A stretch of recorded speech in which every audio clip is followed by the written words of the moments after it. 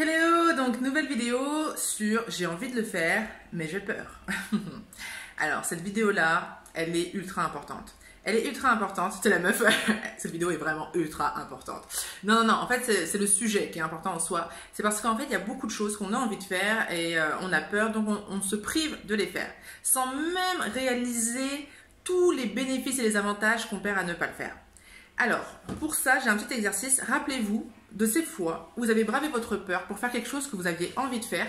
Et après, rappelez-vous le sentiment que vous avez eu. Ça peut être un sentiment de joie, un sentiment de fierté. Enfin, c'est essayez de vous remettre un peu dans l'ambiance. Moi, je vais vous donner quelques petits exemples. Moi, je me souviens de cette première fois où je suis allée au cinéma seule. Pour moi, c'était un truc de malade.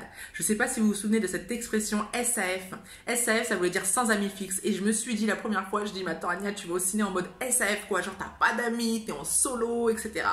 Ok, je l'ai fait. Aujourd'hui, je n'ai aucun, plusieurs années plus tard, je n'ai aucun souci à aller au cinéma seul et je kiffe de ouf. Il y a des concerts que j'ai failli rater parce que justement, j'ai des amis par exemple qui n'étaient pas dispo, il y a mauvais timing, etc. Ou simplement ils voulaient pas y aller. Et du coup, je me disais, bah, attends, je vais pas aller dans des concerts seuls. Et je l'ai fait et j'ai vu des concerts de malades. J'ai vu le concert d'Izzy Higelin, j'ai vu le concert de Kenny Arcana, j'ai vu le concert de Gaël Faye. Enfin, il y a plusieurs concerts que j'ai fait en me disant, ok, Ania, même si t'es seule, vas-y. Et j'ai kiffé de ouf.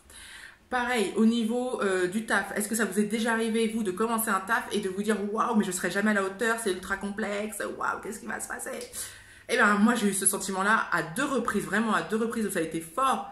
Et même pour vous dire, alors que c'est des tafs où je me disais « Waouh, c'est vraiment un taf super important. » Et parce que j'y mettais aussi beaucoup d'enjeux, même pendant la période d'essai, je me disais « Ania, est-ce que tu es sûre de vouloir continuer ?» Mais tellement j'avais peur. Et aussi parce que, comme je vous le disais, il y avait de l'enjeu dedans. Donc forcément, plus vous allez mettre de l'enjeu, plus c'est quelque chose qui va être important pour vous, plus vous allez flipper. Alors, c'est que ce que j'ai vraiment envie de vous dire, hein, c'est de vous poser la bonne question. C'est-à-dire, est-ce que si je le fais, je serai heureux, heureuse? Ok. Est-ce que si je passe à l'action, en fait, ça va me rendre fière? Est-ce que ça va me rendre contente? Qu'est-ce que ça va me permettre de faire derrière? D'accord? Moi, si je prends l'exemple du ciné, c'est parce que j'ai pu aller au cinéma seul, que j'ai pu aller à des concerts seuls.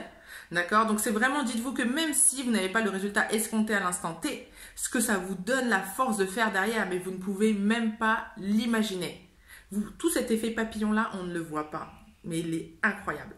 Donc, posez-vous et dites-vous, et voilà, et posez-vous vraiment les bonnes questions. Maintenant, parce qu'il y a quelque chose quand même de très subtil, quand on a peur et qu'on a vraiment envie de faire quelque chose, et bien souvent, on va trouver toutes les excuses du monde pour ne pas le faire. C'est-à-dire qu'il y a un moment, et ça c'est, on en reparlera parce que moi, vous savez, ma théorie préférée en psychologie sociale, c'est la dissonance cognitive.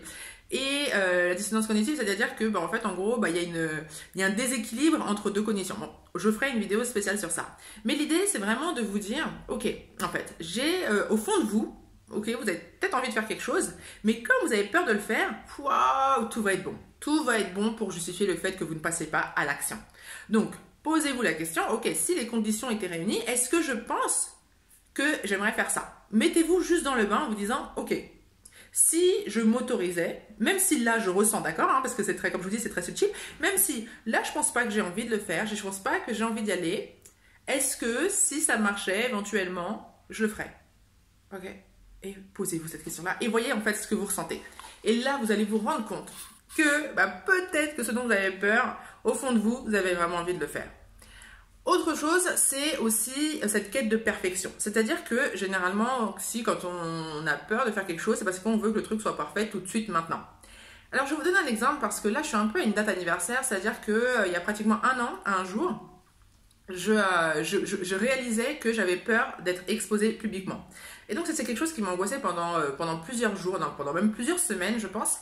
Et ce qui était intéressant, c'est que je me suis dit, ok, Ania, tu as peur de ça. Maintenant, qu'est-ce que toi, tu as envie de faire? Quel est ton objectif? Et je me suis dit, mon objectif, c'est... moi, j'étais encore salariée à l'époque, du coup, c'était justement, pourquoi pas, de monter ma boîte, d'être psychologue indépendante, etc. Et là, en fait, si vous voulez, je me suis dit, ok, est-ce que pour ça, tu as besoin d'être exposée publiquement? Et là, je me suis dit, ouais. Et là, j'ai dit ok. Et là, j'ai pris une décision qui était de créer une chaîne YouTube et j'ai fait une première vidéo le 25 février, en fait, qui était la date d'anniversaire à un mois. et que la première vidéo, je vous la mets en commentaire, que j'ai faite, waouh, c'était chaud. En fait, c'était chaud parce que du coup, j'étais en flip. Enfin, d'ailleurs, vous verrez par vous-même, c'était une catastrophe. Sauf que, enfin, c'était une catastrophe dans le sens où, oui, c'est pas la vidéo que tu as forcément envie de regarder. Mais maintenant, je me dis, putain, mais pratiquement, on n'est même pas à 1 an de cette première vidéo-là.